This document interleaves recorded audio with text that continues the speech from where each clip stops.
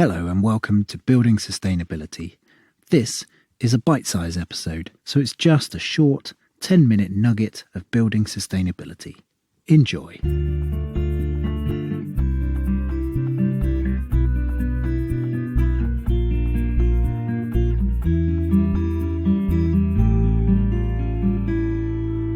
Hi, I'm Taleen Josefsson. I'm a Swedish-American architect and Passive House consultant registered at the US Passive House Institute. And I'm Philippa Birch-Wood, and I'm an architect, well-accredited professional, and I am West Midlands Regional Rep for the UK Green Building Council. We both work together as sustainable design consultants, and we thought we would share what it is that made us want to be environmentally conscious architects. Originally, I didn't get into architecture because I realised the impact the built environment had on the planet. I got into architecture because I wanted to design homes for people, and I thought that was an honourable thing to do. That being said, I think I've always been a resourceful person and must have had the inclination to design with nature in mind, as I selected a third year unit which specialised in symbiotic biomimetic design, led by Dr. Craig Martin.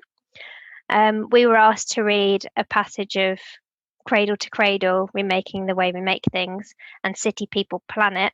And from that point onwards, I think my outlook shifted.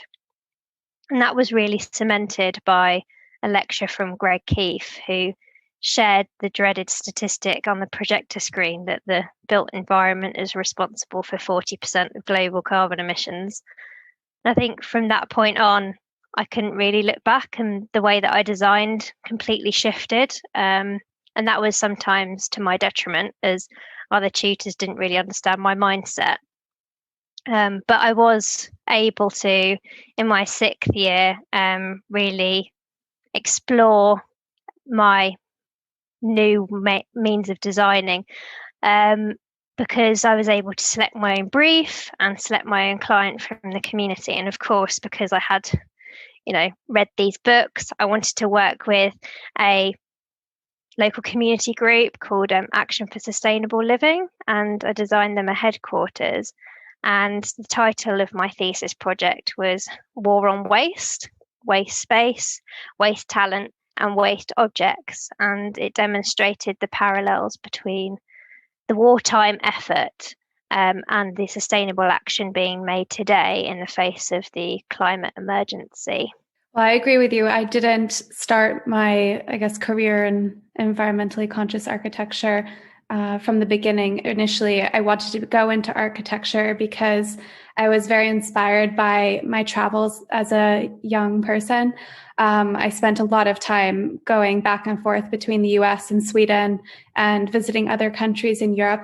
The difference between the places and the differences in the culture was actually cemented and visualized through the architecture, which is what inspired me, I think, to want to go into architecture in the first place. The ability to create a visualization of a culture and history that is cemented in a place.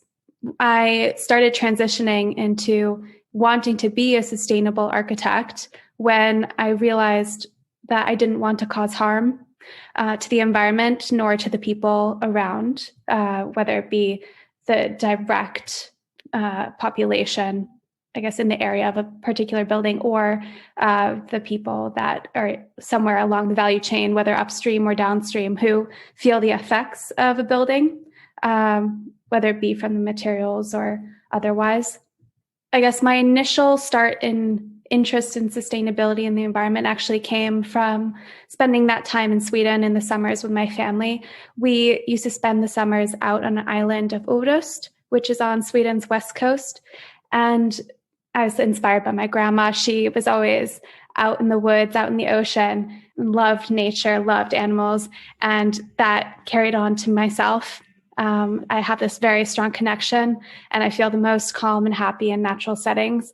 So when I realized later on that there was this huge degree of ecological destruction and waste production, it's hard to visualize as a young person how that could possibly be connected to construction. But when I realized the impact, that made me want to make a large change in how I would practice architecture. And that is kind of my motivating force. We need to do better than not doing harm. We need to do good in our design. And was this something that you found out by yourself, or is this something that you found out through education? You kind of get an inkling of the issues, environmental issues, when you're, I guess, in elementary school or when you're younger at school. One of them, I guess, probably the most relatable introductions to environmental destruction is learning about the rainforest and deforestation. And you can it's relatable to understand like the loss of life due to deforestation, but it's very hard to visualize environmental destruction on a massive level, I think, especially as a small child. So I think that was probably one of my main introductions to the concept. I think that there was also a lack of transparency in the education, and that we didn't properly understand how all of our actions are connected to the larger environment and actually how big the impact is. It's far more than just rainforest deforestation. It is everything. It's the oceans. It's our own backyard, for example, parks. Yeah, I mean, I'd say from my point of view, obviously, whilst it was brilliant that there was this third year atelier or studio, however you want to call it, that was dedicated to biomimetic design, that was one of many. And it seemed like it was a bit of a token gesture, really, in terms of the education side. And actually, should we not have these themes running throughout the whole of the university experience, obviously extending back through to secondary and primary school as well?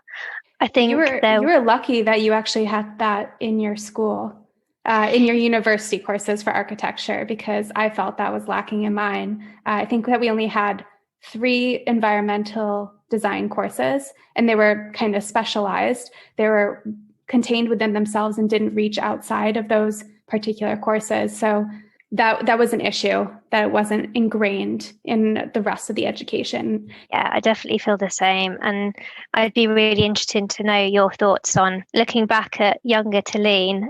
What would you have told her to do during those times at university where you weren't getting that education that you wish you got? What would you do now? Well, because it wasn't really teacher-led in terms of the environmental aspect within the architectural curriculum when I was at my bachelor degree, I would probably have gone out on my own and kind of pursued the topic more.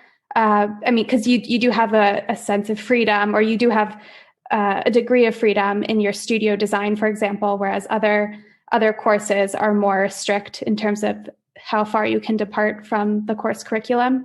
But for studio, I would have told myself to look beyond kind of just the form creation and design and beauty aspects, but actually question what is the impact of the design and the environmental aspects as well as the social aspects, rather than just how beautiful is the form and does it make sense within the context.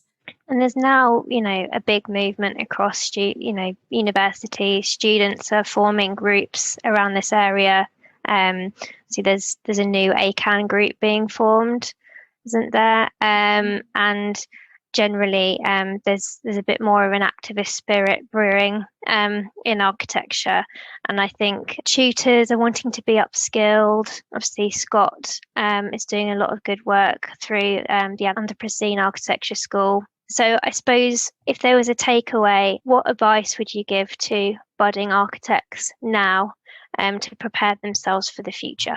For budding architects, I would definitely say if you feel, and I think we have some evidence that many schools don't include enough environmental and sustainability questions or topics integrated into the curriculum, then I would say not only should you question what's happening in the curriculum, question the professors and kind of pursue it on your own when you do have freedom to decide an assignment, but also get involved with those activist groups because they're popping up all over the UK, all over the world.